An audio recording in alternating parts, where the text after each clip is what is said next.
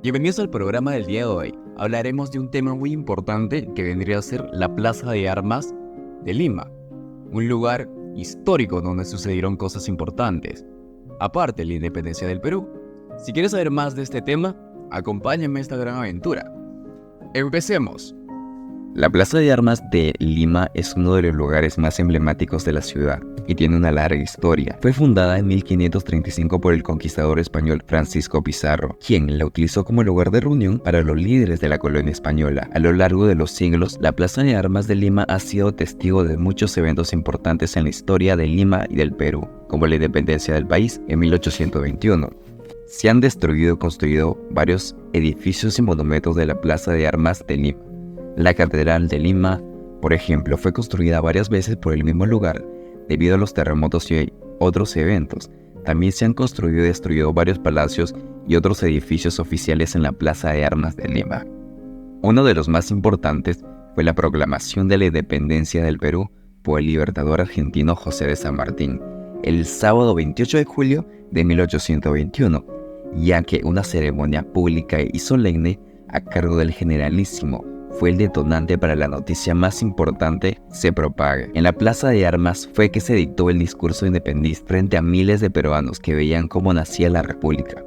La Plaza de Armas de Lima ha sido también un importante lugar de manifestaciones políticas y sociales a lo largo de la historia. En la década de 1980, por ejemplo, la plaza fue el escenario de manifestaciones contra el gobierno autoritario de Alberto Fujimori. En la actualidad, la Plaza de Armas de Lima sigue siendo un lugar importante para la cultura y el turismo de Lima, popular destino para los visitantes que deseen conocer la historia y cultura de la ciudad.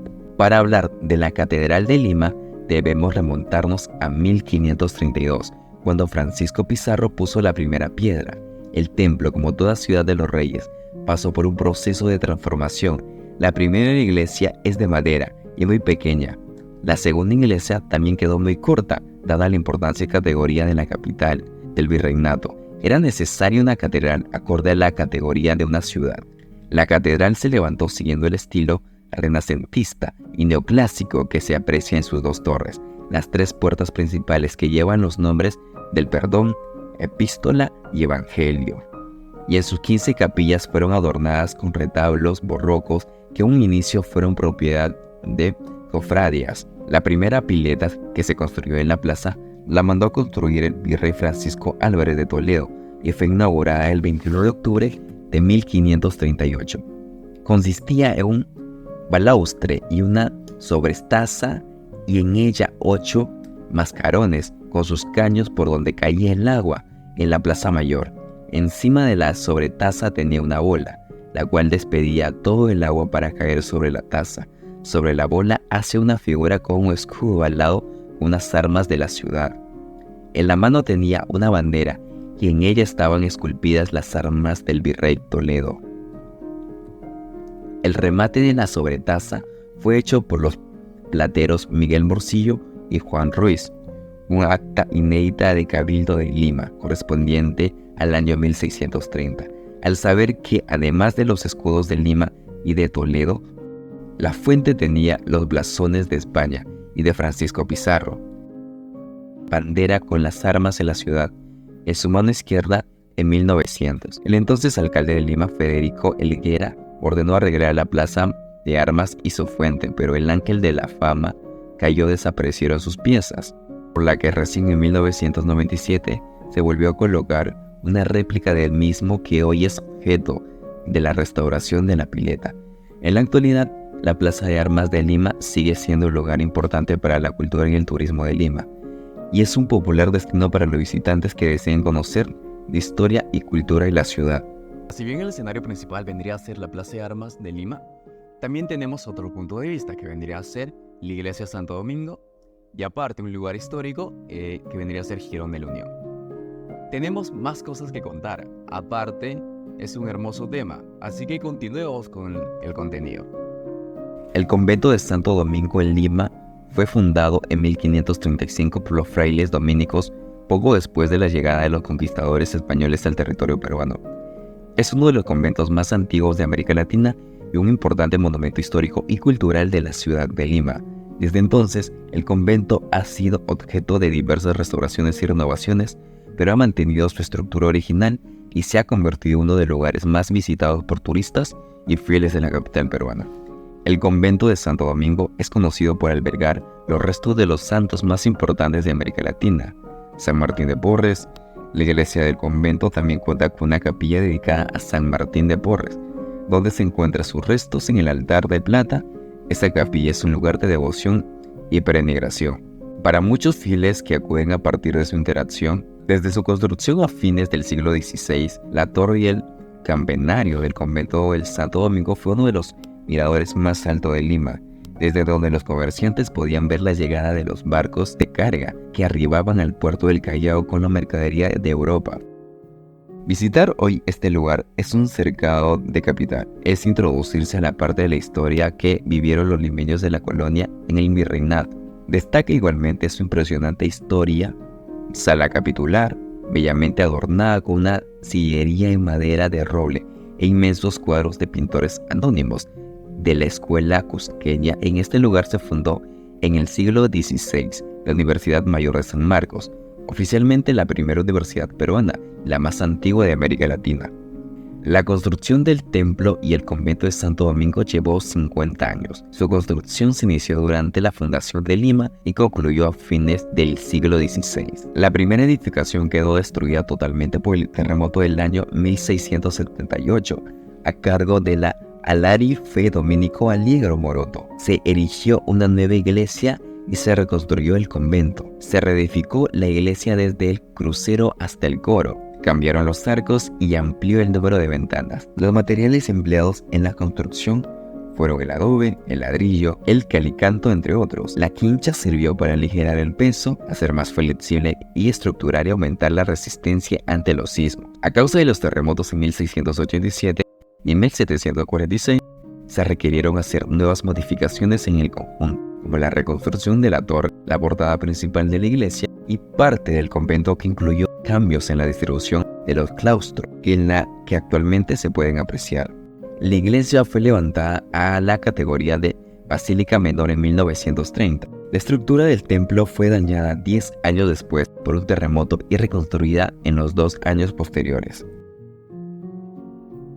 El Jirón de la Unión es una de las calles emblemáticas del centro de Lima, aunque sus 11 cuadras, que hoy alojan todo tipo de comercio y artistas callejeros, sus partes guardan una increíble historia de antaño. Durante los primeros años de la República, los limeños solían ajironear con sus mejores trajes y visitaban los restaurantes, tiendas de mercaderías y joyerías que se encontraban en esa calle simbólica. El Jirón de la Unión era el principal centro de distracción de la aristocracia limeña durante los años de la República. Era común ver a los ciudadanos vestidos elegantemente, paseando y visitando las casas de currer, cine, teatro, La Merced, el Café Leóns, la Botica Francesa y el Palais Concert. En 1870, esta calle emblemática de Lima fue el centro de la intelectualidad y la cultura. De sus paredes acogió a grandes literarios y escritores: González, Prada, García Calderón y Ricardo Palma. Por ello se destaca una frase célebre del escritor Abraham Valdelomar: el Perú es Lima y Lima es Jirón de la Unión. El Jirón de la Unión es el Palais Concert y el Palais Concert soy yo. Y aunque no se asegura que así se refirió, se ha convertido en una tradición oral limeña. Estamos hablando de la primera mitad del siglo XX, cuando contaba con muchos cafés, restaurantes, tiendas de mercaderías y joyerías. En ese entonces, pasear por ahí daba un cierto prestigio. Podía encontrarse la recordada Botica Francesa, punto de reunión de la élite citadina. Después llegaron las tiendas Oesle, Monterrey, Scala, Sens. Es así que hasta el año 50 era costumbre para los limeños irse a jironear, usando los mejores trajes, y podían encontrar la gente ilustre cafés. Y en la década de los 60, la ciudad y el Jirón cambiaron, pues ya que se veían marchas, vendedores ambulantes y desorden y tráfico. El Jirón pasó a ser tránsito de peatones en los años 70, sobre todo desde la cuadra 3 hasta la 9, con el implemento de las típicas losas blancas y negras, Más tarde, en los años 90, debido a la reinserción económica y la inseguridad ciudadana, el lugar ya no era muy concurrido. Las tiendas veían abandonadas y había una gran cantidad de comercio ambulatorio. Pero fue en la década de los 90 con el alcalde Alberto Arcadre Carmona que se reactivó la economía.